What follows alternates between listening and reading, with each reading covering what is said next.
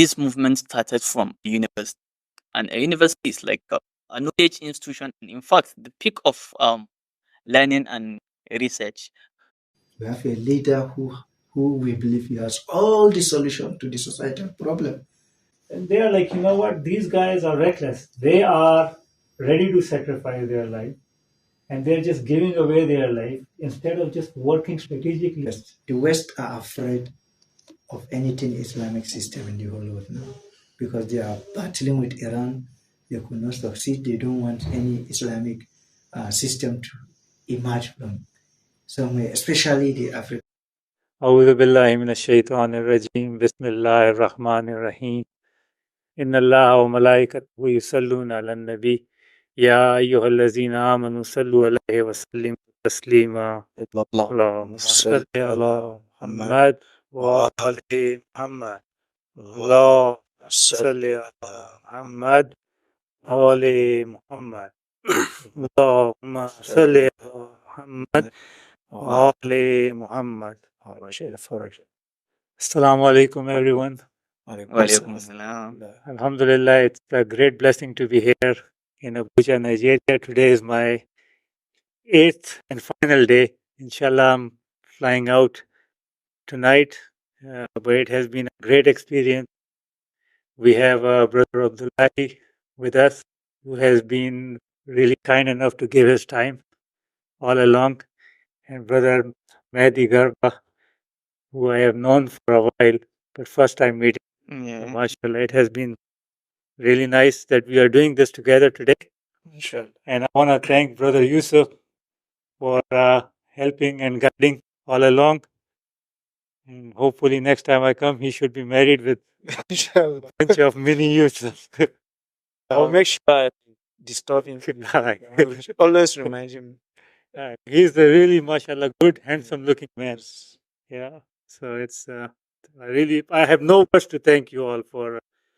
It has been a great experience meeting the Shuhada families and meeting all you guys and sharing thoughts and ideas. So we decided to do the podcast and make it part of the memory, inshallah.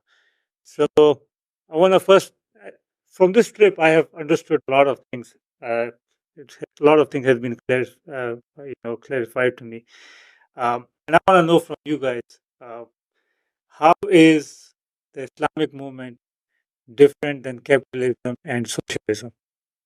So I want to start with Mehdi. Okay.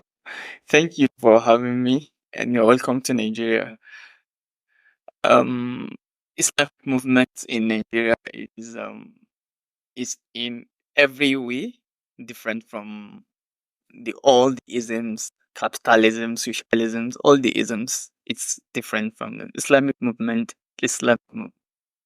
So, as the name implies, everything about the Islamic movement is done within the tenets of Islam, unlike the other isms that are just merely ideologies of some individuals who felt that okay, that was their own way of preferring solutions to emerging or existing problems, social problems. So Islamic movement is seeking for um, solutions to problems through but under the Islamic tenets. So almost everything that is being done just about like قال الله قال رسول. Allah says this, his prophet said this. Yes, it's just like that. Um we don't have any source of knowledge apart from this place. So the source of inspiration or source of guidance is just the Quran and the uh, what the righteous infallible uh, f- infallible family or household of the holy prophets were able to um, transport, export to us. Okay, but there has been a lot of movements like this. A lot of slogans saying that we wanna have establish a system that is based on Quran and Rasulullah Sallallahu Alaihi Wasallam. So how is Islamic movement different, and how did our leader Sheikh Zakzaky, how do he defines it different from capitalism and socialism? Okay, well, when it comes to when it comes to profiling solutions, like the world has always been in a either one problem, the other. So everybody is looking, or people tend to look outward to problems, but his own style of um he started as we all know, this movement started from a university, and a university is like a peak a knowledge institution, and in fact the peak of learning and research. So that is where the movement starts. So people uh, who were students then in the university, Ahmadu Bello University, Ahmadu Bello and other institutions around were looking towards, that is looking at the West, thinking, okay, since um since there are economic wars, people complaining about economic economic wars, corruption, and other things. Especially then, it was a military regime. It was military in government, so people were not just people were not satisfied with that. So they felt that um bringing or looking outwards, uh, looking at the West, they believe that, oh, the West was the model of civilization. So let's look at the West, and there are so many isms there, and we believe that with there with there is a solution to our plight. So yes. So how Sheikh Zagiki is different from these people is he deviated from them, saying no. I believe that no, the solution is not from these people. We have a solution, like this Islam that was brought to us um by the Holy Prophet of Islam. Yes, have all the solutions to our problems, like even the problems that will come in the future. This religion has solution to this problem. So that's the kind of So, deviance. yes, a lot of the West, if you look at it, a lot of things, the problems they identified as rooted from economic issues, financial issues, right? So, what is the core of Islamic movement, and how Islamic movement not see as economic issue as the main driving issue for this movement? Brother, you want to say? Assalamu alaikum. Nice being part of the discussion.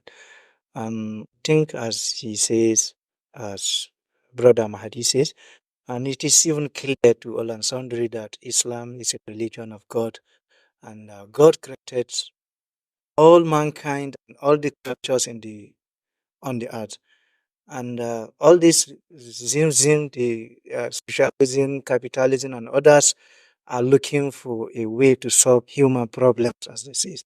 And during after the demise of the Holy Prophet, a lot of things have happened, changes in his fikra, Mhm. and that lead to the West seeing Islam as a religion, as something that even that cannot solve problems.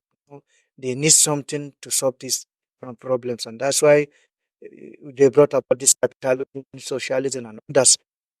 And it's because of the deviation of the Islamic Ummah, the Muslim Ummah, from the right message, the message of the Holy Prophet. And it till until when Imam Khomeini comes out and started talking about these zimzims cannot solve human problem. religion is the only way to solve problem, and all solution to all problems are found in Islam. And therefore, he said we need a justice system, an Islamic system to solve our problem. And he keep on calling. There was a statement by one of the, I think, leaders in the world who sent a message to Imam Khomeini saying he thought religion is opium of the people. The opium means sleep. Religion, he thought religion make people to sleep, to relax. But this religion, your kind of religion, he was referring to Imam Khomeini, your kind of religion make me to understand that religion is not opium to the people. It make people wake up because of the what Imam did, and they found that his his thoughts have solved all problems. And that is why even Sheikh Zakzaky sees all these economic issues, financial crisis, economic corruption, and others is as a result of deviation from the uh, rule of God. And that's why he says only solution to this problem is not copying the West with their social arts. If you need social, have it in Islam. Islam guide us in all activities, including going to the bathroom. Islam guide you, including eating food, sleeping, how you sleep. So there is the law is in Islam, and that is why he says we need, because Imam Khomeini Qudus has shown the whole world that this Islam of the household of the Holy Prophet is the solution to the humankind issues. Now let's emulate Imam Khomeini and work hard, because it is mandatory upon all Muslims, not only Muslim, even Christian, whatever religion you practice, religions is defined as the total submission to the will of Almighty God, total submission to the will of your Creator, whoever you think is, So and rebellion against injustice. So therefore, we must pick against injustice and try to establish Islamic system. That's why it's completely different from people they think in those days in the university that socialism or capitalism should be solution to the societal problem. They should say no. Islam will be solution to the societal problem. And from what happened in with Imam Khomeini, he shows that Islam is the solution to the social problem and others. we had some issues with the lighting. That's fixed now. So I want to pick up the discussion back from where we left. So my question is, the Islamic system that you are talking about from external point of view, it's very scary. People say we don't know what it means. So we have secular system that's working pretty nicely. People they want to do whatever they want to do. They can just pray to their own God. Everyone is free on their religion. So when you talk about Islamic system, you guys have so much passion about it. So what is it that you see that's different than the external people who see Islamic system? Because for us it's very scary. So how is it for you guys? How do you see it differently? Yes, of course, I don't blame, for me, this is my personal thought. I don't blame people out there that feel Islamic system is dangerous is because of the propaganda that has been made away to scare people from going back to their creator. Well, whatever, even if you are Christian, whatever you are, you know that the whole world has a lot of issues, economic issues, corruption, tyranny, killing, massacring of people here and there. For here in this society, the people have tried a lot of looking for way out. People have tried military. The military they found that it's not way out. The West now brought about democracy and talk to the people that come and pick democracy. Democracy will solve your problem. Now, since 1999 in this country, forget about there was democracy before we grown up, but from the little age we found ourselves, we could realize what is happening in the society. We know since 1999, the democracy has been going on, but every day problems keeps on increasing. They have tried. They now feel okay. This democracy is not solving. Is complicating issues again. And those that brought the democracy now say no. It's the choice. You people should choose a better person that will solve the problem. Now they have different political party. They feel PDP is the solution. They tried PDP, it become worst. Now they move to what they call APC, All Progressive Congress. Now it's the worst. They now say, okay, it is good luck, Ebele Jonathan. I don't want to mention them, but to make things clear, Jonathan is the problem of the country. We should look for somebody, a messiah that can solve our problem. People went and cast their massive vote to Buhari under APC. Buhari become the worst leader ever in the history of Africa. The worst regime in the history of Africa. And nobody is doubting this. Whether your son, even his first son knows that his father's regime happened to be the worst regime in the whole region here in Africa. If you talk about killing, you talk about corruption, he says they are going to fight corruption, but they have the most corrupted personnel in his regime. It took him 6 months to inaugurate his ministers.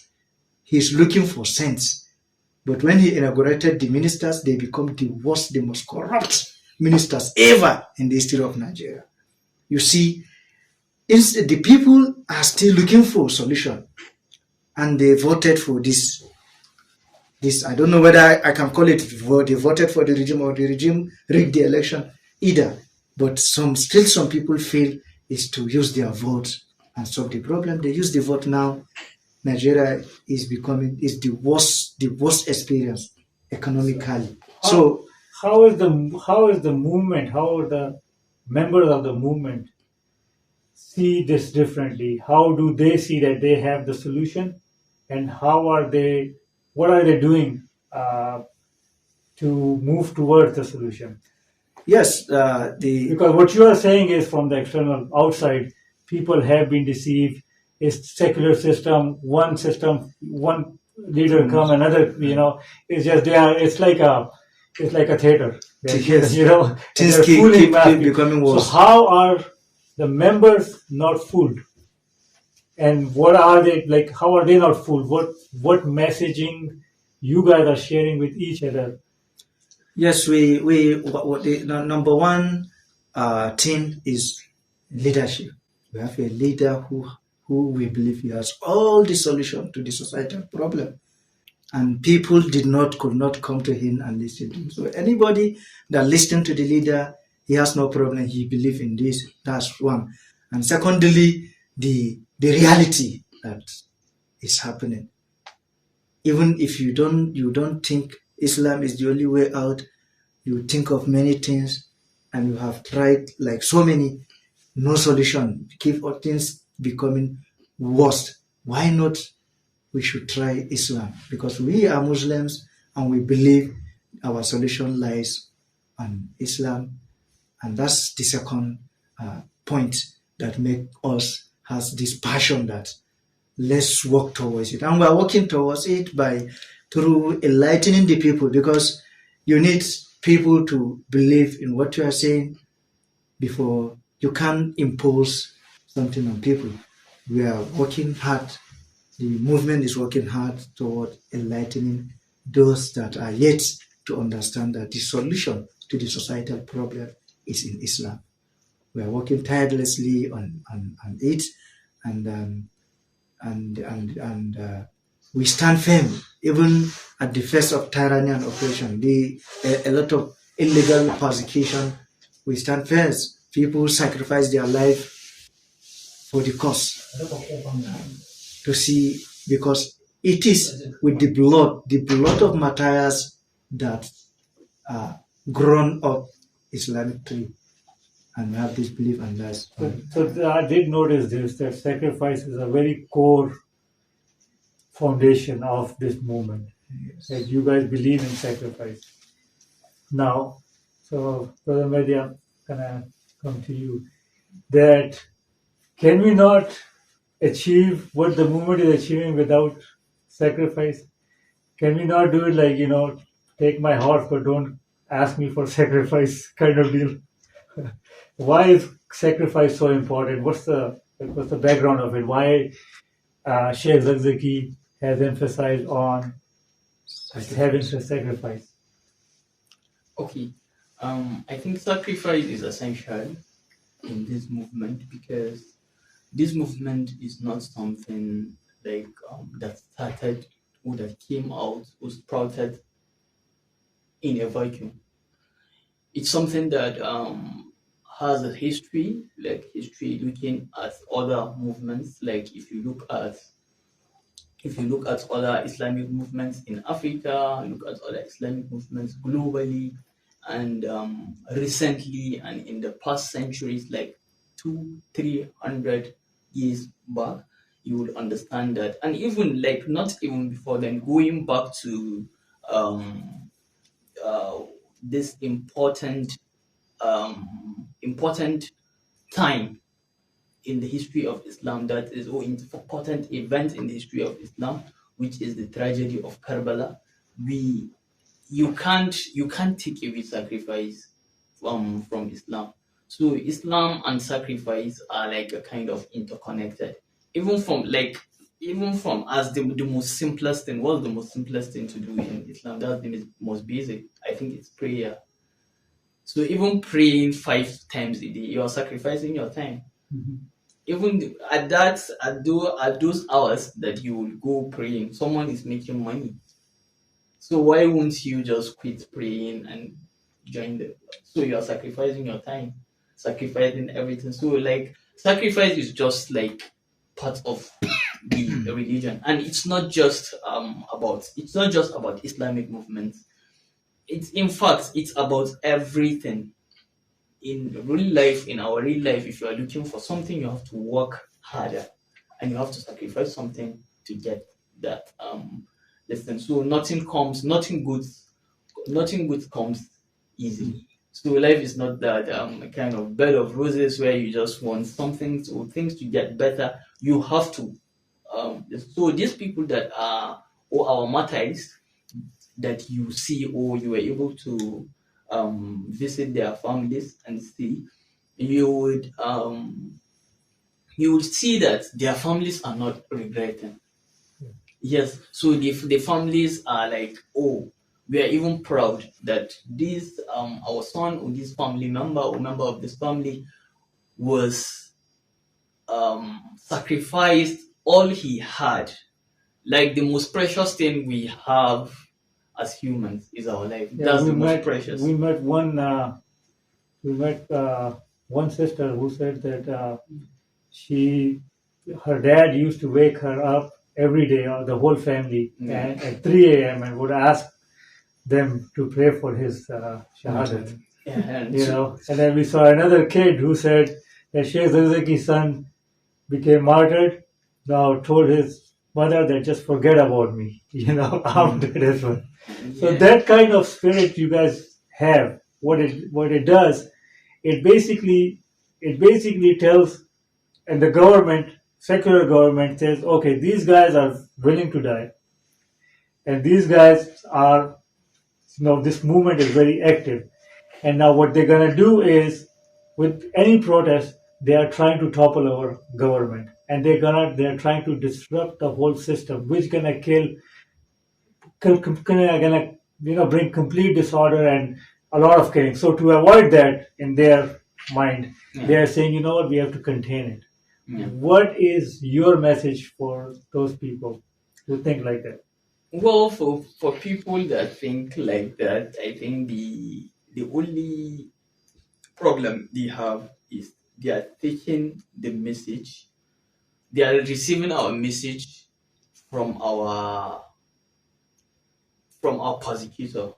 This person is persecuting us, and you want to learn about us from that person. I think that's the injustice people are doing to us.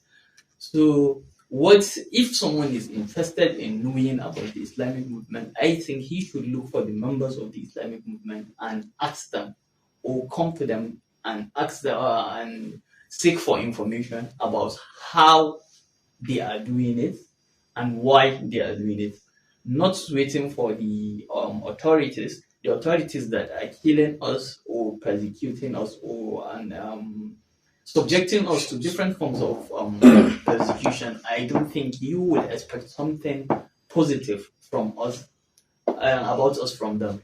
So if someone really wants to know what we stand for, he should come to us. We are not we are also humans. We also exist. We have physical addresses. You can meet us anywhere. We go around our businesses, so you can meet us anywhere and seek information from us, rather than seeking for information from the people that are killing us. Yeah, so one of the strengths your movement has is not just Shia movement. You have Sunni and Christians as well part of that movement, which is a very plus. That means they are seeing it differently and they are getting the message of the peacefulness and the nobility of this cause. You want to add something? Yeah, continue. So my next question basically is that within the like-minded people, let's say those who like Islamic movement, and they are like, you know what, these guys are reckless. They are ready to sacrifice their life, and they're just giving away their life instead of just working strategically and using intellectually. Just go slowly. Why don't we have to die? Why do we have to sacrifice? So what would you say up to those people? Yes, if And let me, from their perspective, they're gonna, what we are asking them to do is to lose their job, lose their life, lose their family, Doesn't matter how big the cause is. I mean, do we have to do it? Isn't there another way? yes, if for instance there are categories of people that ask this question, like I wanted to chip in when Brother Mahdi was talking about people seeking for our information from the enemy. A lady came here who she's a journalist. She is a journalist. She came from Germany during the struggle for the freedom of the Sheikh Zakzaky. It was everywhere. Every day they attack, people comes out in mass. The following day she came, she said, she has two questions to ask and she wants me to answer the question. I said, go ahead. She said, number one, what is the secret of this consistency? They shoot you today, kill 5 tomorrow. 100 people comes out today, they open fire, the authorities open fire and kill 5. Tomorrow, 200 people will come. What is the secret? And I told her, the secret is that it's martyrdom. Allah subhanahu wa ta'ala in the Holy Quran says, do not call them dead people. They are not dead. And she asked, her second question was, then this verse, this martyrdom, the secret, the concept of martyrdom is what is the secret of the consistency. She now asked the second question that they says, you guys receive support, money from Iran. And I don't believe it. I want to meet you because I heard all this accusation from the enemy and people around. I want to meet you in person and ask this question. And I says, you witness us being massacred, killed in the street, and yesterday and today we are out again. She said, yes. I said, how much can someone give you to sacrifice your life? How much can Iran give you to come out on the street and receive bullets? Remember, if you are getting money, you will use that money, but they give you money to go and die. How much can somebody give you to just die and leave the money? She said, that's all. She said everything is okay. She don't have any question again. She believed it's a lie. It's just allegation they want to scare people from. So those people that are seeing that we should look for another way of approaching the issues. Is that if they are Muslim, you see, they may be Christian, they may be Muslim, they may be pagan, they may be among the Muslims, they may be Shia, even claim to be followers of Ahlul Bayt. If you are a follower of Ahlul Bayt and you are saying we should look for an alternative, not to sacrifice our life, what have you to say about Imam Hussein alayhi salam?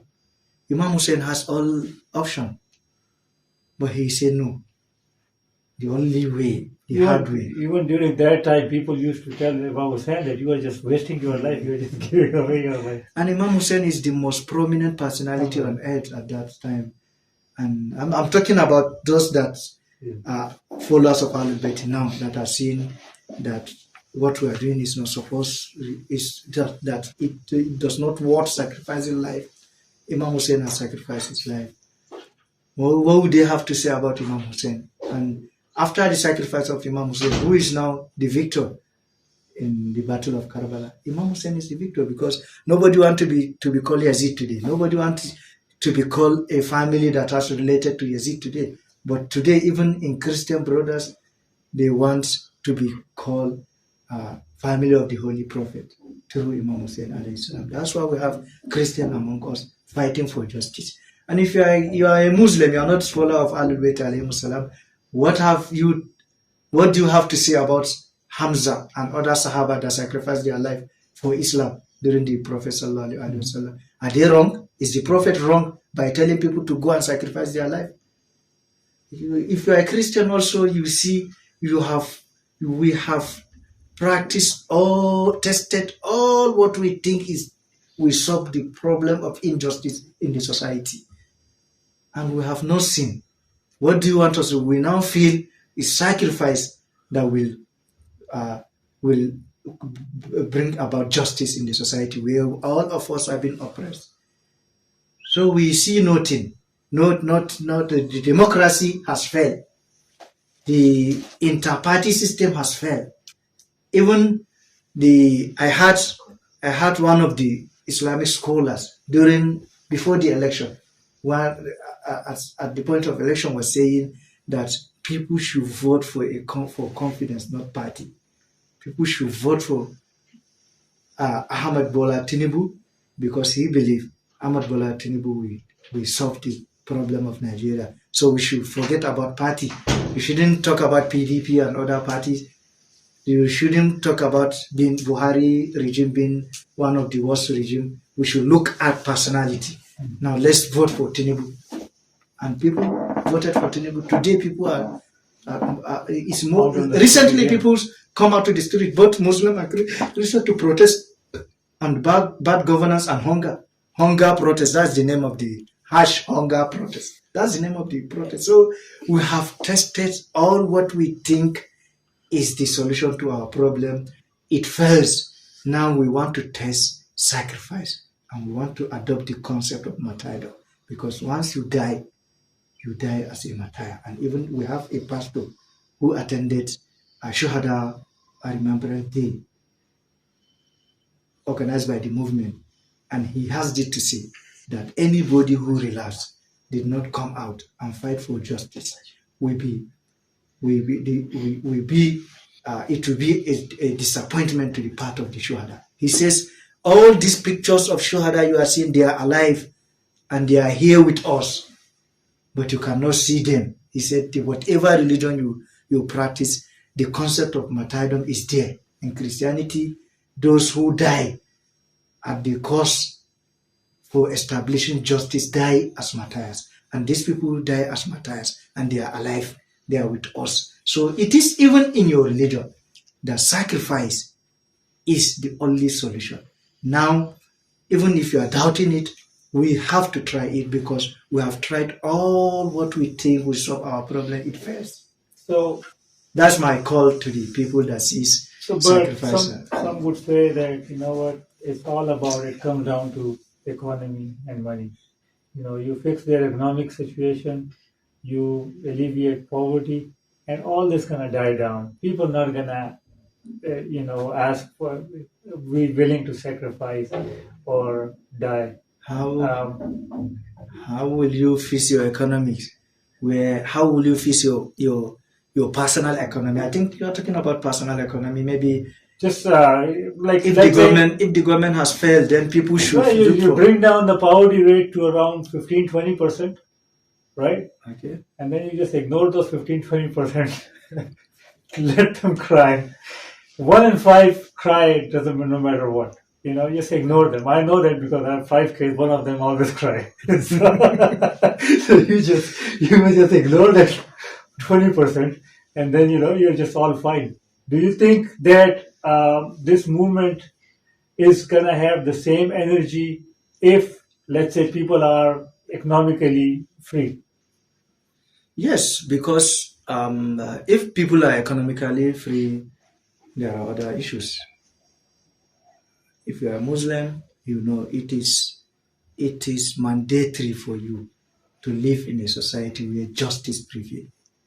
Where if there is a qala Allah, qala Rasulullah sallallahu alaihi wasallam is not judging you, there is a problem. Whoever live under such uh, uh, status quo shall have himself to be blamed before Allah subhanahu wa ta'ala. See, I'm from a capitalist society, so I'm gonna tell you how it works. Okay, you just basically bring economic freedom and economic opportunity, right?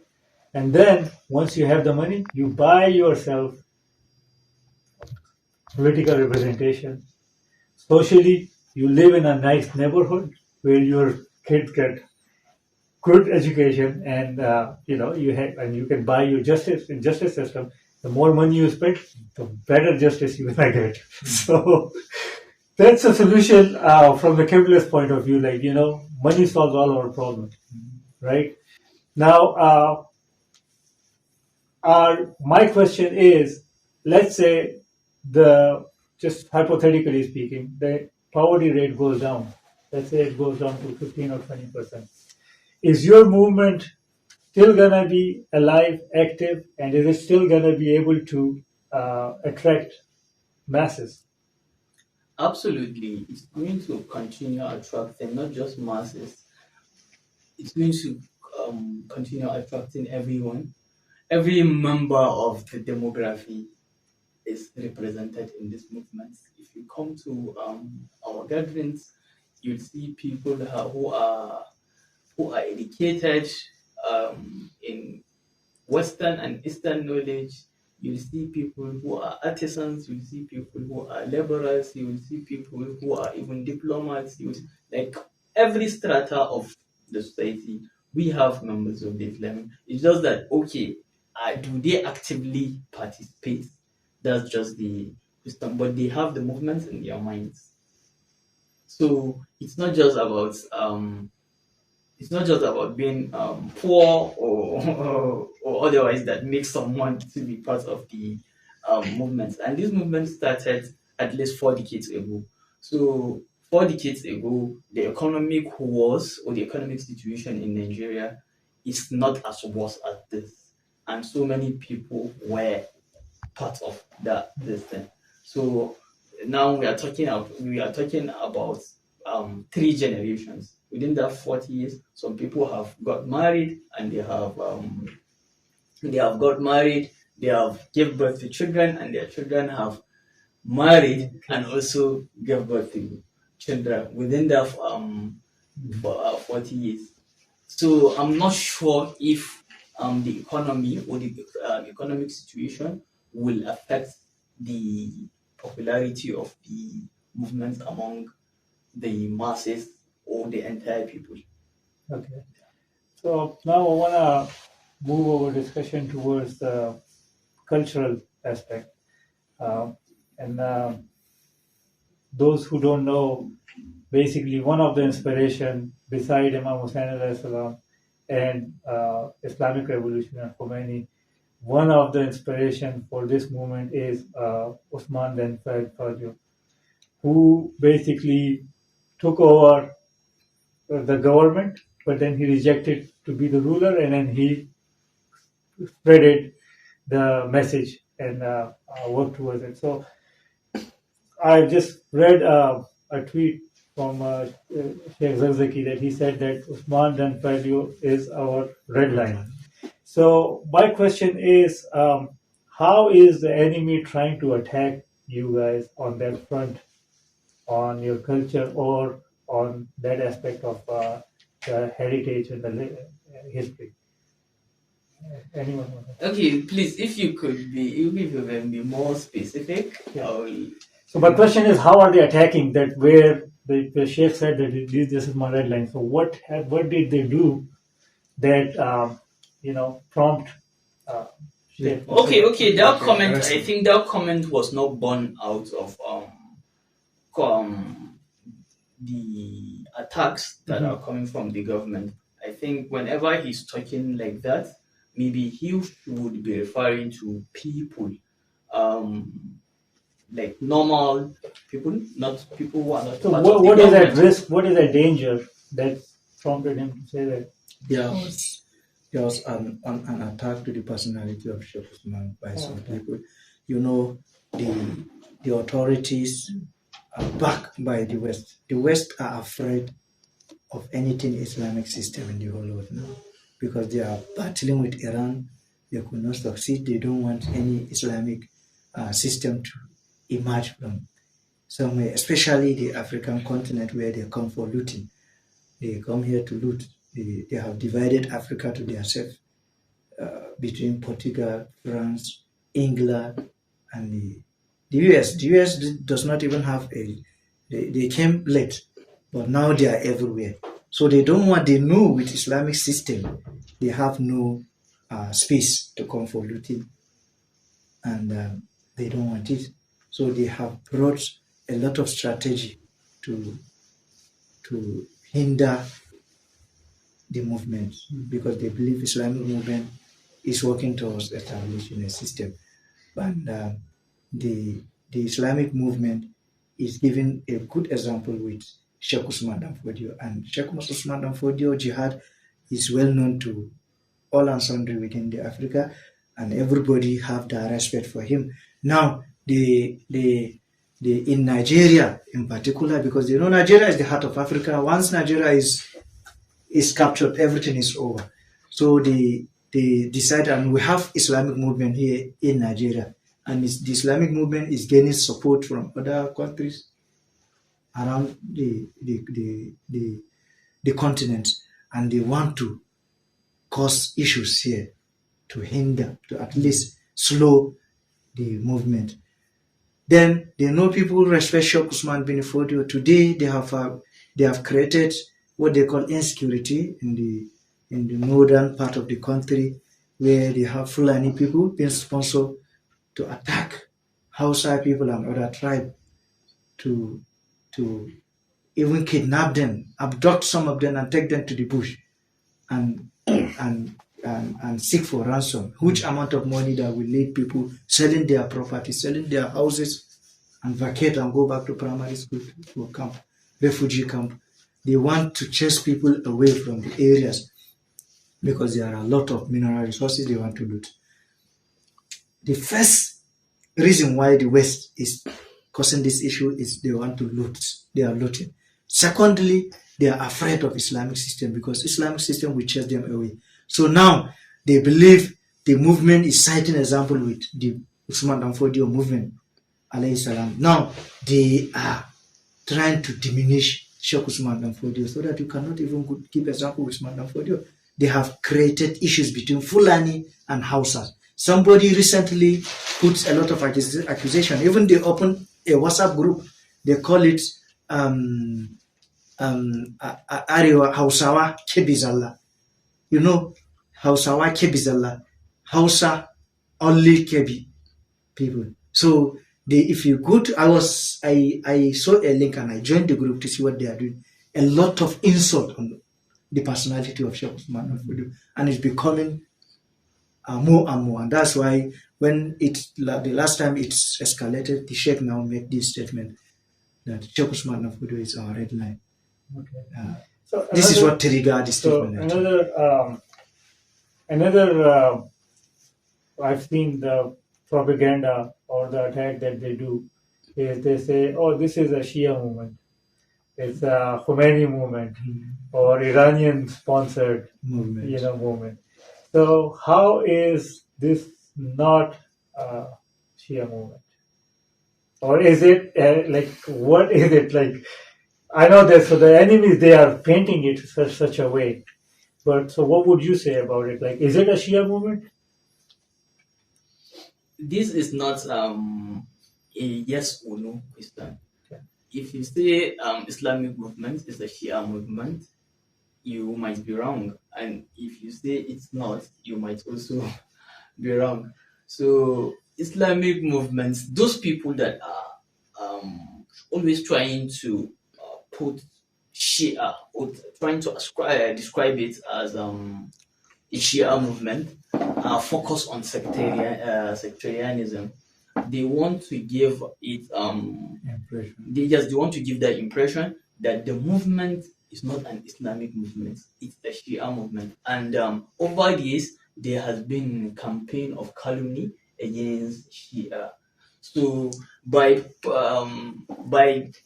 ascribing that Shia movement to the Islamic movement, so it's just like condemning it. As it is said, if you want to kill a dog, you give it a bad name. So yes, so that's the strategy. So it's not about what is being done in the movement. Yes, most of the members of the movement are followers of Shiism and are adherents of Shiism, and they love the Holy Prophet and his yes, and his progeny, yes. Yeah. So, but there are also people who are not Shia, and they are also part of the movement. And we go together, or we go along with them, doing all our activities together with them without any discrimination also. So Islamic movements is Islamic movement. So Islam is bigger. Islam is bigger than Shiism. Islam is bigger than Sunnism. Islam is bigger than any other sect. So Islamic movement is Islamic movement. So I've noticed that a lot of brothers, they have name Abu Bakr, Aisha within the movement. Is that something common? Because a lot of time outside, they don't name their kids at certain names. So is it?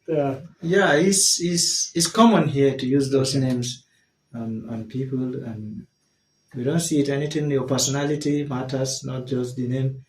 Even though a lot of people cannot do that.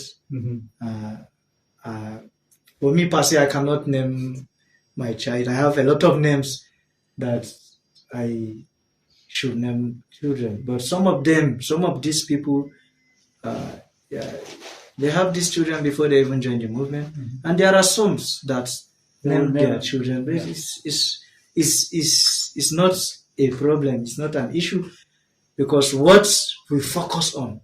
I remember Sheikh daughter, Dr. Nuseba, has this to say during the trial time of this tyrant Buhari after the massacre.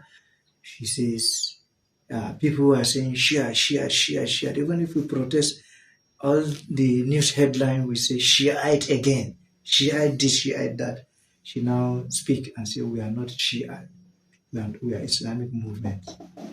The movement is working towards establishing justice, not Shiism. Shiism is just a school of thought. If you are Shafi, you are Hanbali, Hanafi, whatever school of thought, even if you are a Christian, pagan, whatever you are, we want to establish justice. And if you feel you have a contribution to contribute for this establishment of system of justice, you are welcome. And that's why we even have Christian forum of the Islamic movement. They are Christian, they have their forum, they go to church, they did all what they did, but when it comes to ideology of system, of establishment of system, Islamic system, they will come and they participate. They will. Even during the protests, I always say this, on the day of Arba in 2018, here in Wusetu, the attack, they were shooting, and I saw a pastor picking stones, given to brothers, throwing stones. They were shooting. Somebody was shot before him. He fell down, but he jumped at that corpse to throw stone. I was inside a vehicle and I stand. I say, Pastor, please, let's go. He said, no, no, no, no, no. These people are getting martyred. I want to be martyred for this cause. I left. I left India. I don't know how it's end. I only know that I call him in the evening. I say, thank God I'm at home and safe. Tomorrow we are coming out. So they feel they can fight for justice, and the Islamic movement is let me say a place to fight for justice. Everybody can come, and that's why Nusayba says we are not Shia. People are calling us Shia. They call it Shia movement. It's not just Shia movement. We have Christian. We want to establish a just system, and everybody is welcome, and that's why we have that. There was a brother, a friend of mine who is not follower of Ahlul Bayti, and we were discussing in school and about this movement. He said, "Is there need for establishing an Islamic system?" And I thought, I say, the Quran says, وَمَنْ لَمْ يَحْكُمْ بِمَا أَنزَلَ اللَّهِ فَأُولَٰئِكَ هُمُ الْكَافِرُونَ. So what do we do about this? He say, yes, I'm part of it. Inshallah, I will do my best to see that we found this Islamic system in the country. He's now part of the movement in his heart. And sometimes he do attend program, but he's not Shia. So I'm going to come down to my last question. Okay. And actually, it was a book that you gave me. I read it, and it's very insightful. More like a comment from you guys, so everyone knows what was that book about. It talked about how people would be raised with their nation, right? And then nations will be thrown in hell, like the whole nation. So all the people in it, right? Except for the few. So who are those few people? I know I'm going to be raised as an American, right? You guys are going to be raised as Nigerian. But there are going to be few who are not part of the Tawhid. So who are those few people? Maybe I want to get the comment from each one of you already. Those who stand and with the principle of the Lord, those who obey Allah subhanahu wa ta'ala, وَمَا خَلَقْتَ الْجِنَّ وَالْإِنسِ إِلَّا لِيَعْبُدُونَ. Those who worship Allah at the right way of worship, I think will be the few people. And how do you worship God? Okay, what's the right way? What's the right way? You can sit in your room, pray all night. That's not the right way. You see, if you ask a Sunni brother, what are the pillars of Islam, he will tell you Salat, Zakat, Hajj, Umrah, and so on. And what about fight for justice? Yeah. Because it's part of Islam. So the majority of the people pray 5 daily prayers, went to Hajj, Umrah, pay Zakat. They say they are fighting against their own nafs. That's a jihad. So what about the injustice? Once they are done praying, once they are done doing that jihad, then they can do other jihad. They misunderstood the concept of jihad. So you cannot. Those who, the few people in a nutshell, are those who submitted totally to the will of Almighty Allah and fight for justice. Because when it comes to nation, community, that means that the jihad that you're doing can't be just on you. It just has to be part of the bigger. You want to add something? Not really. Last comment. I don't have any different from Brother Abdullah's opinion. Yeah. So maybe you guys want to have some last comment before we close it. Yes,